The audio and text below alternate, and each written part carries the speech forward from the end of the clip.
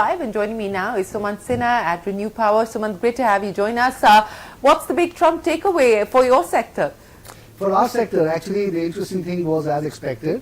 Trump immediately withdrew the U.S. from the Paris Climate Accord. Yes. And he's made some statements about wind turbines and so on.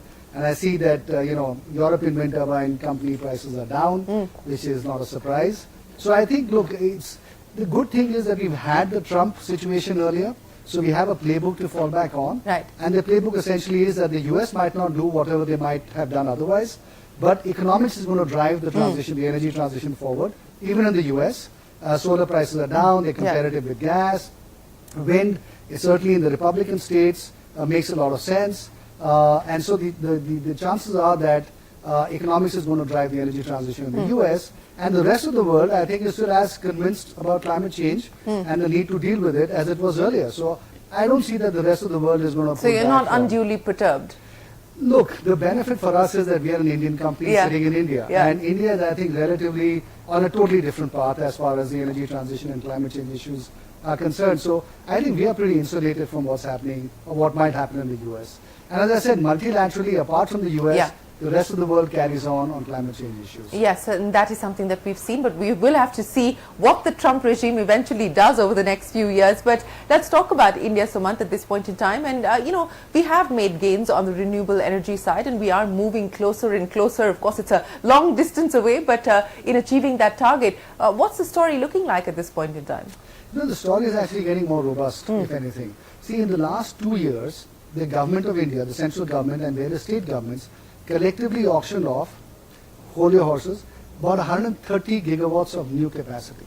Okay, all of this has to be built out in the next 4 years' time, or 3 years' time, or however soon it can be built out, right? Which means that very quickly we will be on a trajectory to be actually adding 50 gigawatts of new renewable capacity every year. That head of steam is built up. Now it's a question of getting it executed. So we've been doing what, about 25, 27 so far? No, actually even less than that. We've been doing less than 20. This year is likely to be maybe around 25 to 30. And I would say that from next year onwards, we'll start seeing numbers of between 40 and 50, and then we'll maybe plateau off at 50, which eventually, if you extrapolate down to 2030, will take us very close to the 500 gigawatt number. And therefore, I think to all the skeptics of that number, I think we're going to get it done, or we're going to be very close to that. And the beauty of the whole thing, actually, Shereen, is that by 2030, we would have got a very robust IPP business in place with 500 gigawatts of installed capacity, the whole ecosystem, as well as the manufacturing capacity. Because behind all of this, the whole manufacturing ecosystem is also getting indigenized, right? Solar is getting into India, wind is already there, batteries eventually. So this whole thing will be a complete end-to-end business opportunity right now with no dependence on any other country of the world, right?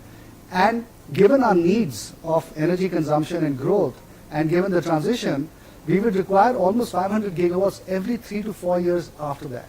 Wow. So by 2030, by 2047, the target for us to become Viksit Bharat, we will need almost 3,000 gigawatts of renewable capacity by that time to get to those numbers. And that requires an investment of maybe at least $3 to $4 trillion over this next 15, 20 years. So really, I think the story is starting in a way. Till 2030, we've done all the hard work so far to get us to this point. And I think after that, it's just going to be more of the same. And we'll start getting into things like offshore wind, floating solar, there'll be new technologies, battery installations will be much, much bigger, pumped hydro storage solutions will come in. So I think the whole industry is going to change very dramatically from Well, this speaking of changes and speaking of new bets as well, on the nuclear side, and that is something that a lot of people here are talking about, especially in the context of the kind of energy consumption reshape that's going to take place because of the data centers guzzling energy at this point. Is that something that is being talked about in India, realistically? Look, that's a great question. And the thing is, keep one thing in mind, that the narratives that we follow are driven by the Western world. Okay, in the Western world, for the first time, energy demand is actually growing because of demand coming from data centers, which is why you hear so much excitement around data centers and what do we do about it and so on. In India, we've had demand growing at 6 to 7% every year for the last many years, and it will continue, right? So for us, data centers is just one additionality to our demand basket rather than being the only thing that is contributing to it. Having said that, the second difference is that in the US, transmission infrastructure is very limited. That's why they have to produce the energy near the data center, because they can't transmit it. Again, unlike India, where we actually have a very robust transmission infrastructure. Right. So we can produce in Rajasthan and have a data center in Bangalore, for example, right?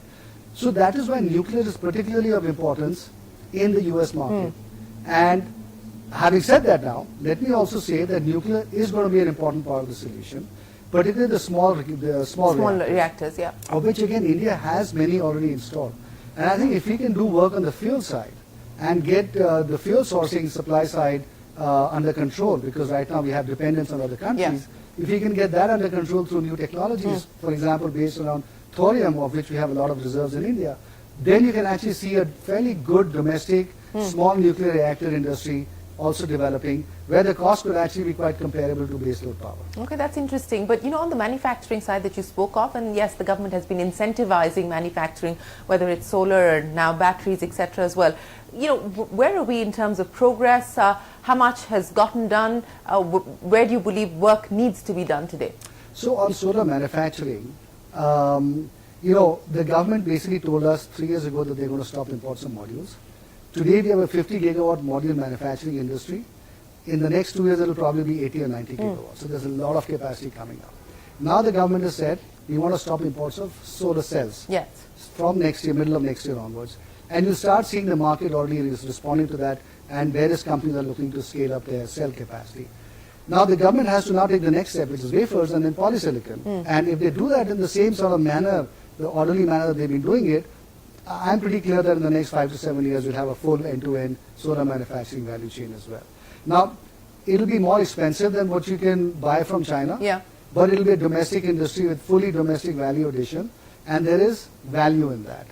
The second thing is, as these industries scale up, and as the technology starts getting more localized, we'll probably start seeing the delta of cost between India and China begin to come down. We'll start seeing a component ecosystem develop as well. And that's really when India can start becoming an alternative exporter to China as the plus one. And I think that's a point that we can again reach in the next few years' time. So we've got the budget coming up. What's the expectation? What's the wish list? That's always a difficult question to answer, because there's so much that is being done in between budgets for us. Having said that, there are always tax tweaks that are possible. One of the simple things for our sector is that we set up every SPV in a different, every project in a different SPV because of lenders' requirements and so on. So we have therefore more than 100, 200 SPVs. Right. And we don't have group level taxation. And so it's very inefficient for us. So we end up actually paying a lot of taxes. In the rest of the world, we have overall group level taxation. So that's one simple thing that we can, for example, go towards. And then there are a couple of other tax tweaks. But the biggest one, which is outside of the budget, is the fact that energy is outside of GST. GST, yes. So every time any tweak happens on GST in any part of our value chain, it's a net additional cost to us because we can't pass it on. Right. And there are, I think the government very often thinks that, infrastructure is within the GST ambit, and so they make certain changes, and then it just impacts us negatively because we don't have the luxury. Well, the GST Council is a whole different ball game, separate from the budget. So the headline for ReNew Power in 2025? I think more of the same. We did close to 2 gigawatts of execution last year. We'll probably do a lot more than that this year. How much more, of course, the time will tell. So I think for us it's very simple and clear. We are expanding our capacity on the IPP side. We're expanding our capacity on the solar manufacturing side. We are looking at the carbon markets, and those are the things that we'll carry on doing. And just given how much the whole sector is scaling up, we'll just continue to scale up along the way. And plenty of opportunities there to scale up further, as you pointed out. Sumant, always a pleasure. Many, many thanks for joining us here on CNBC-TV18 to give us a glimpse into what the year ahead looks like. Thanks very much for your time. We will take a break here, but don't go anywhere. The conversations will continue from Davos. We're back in a moment with more.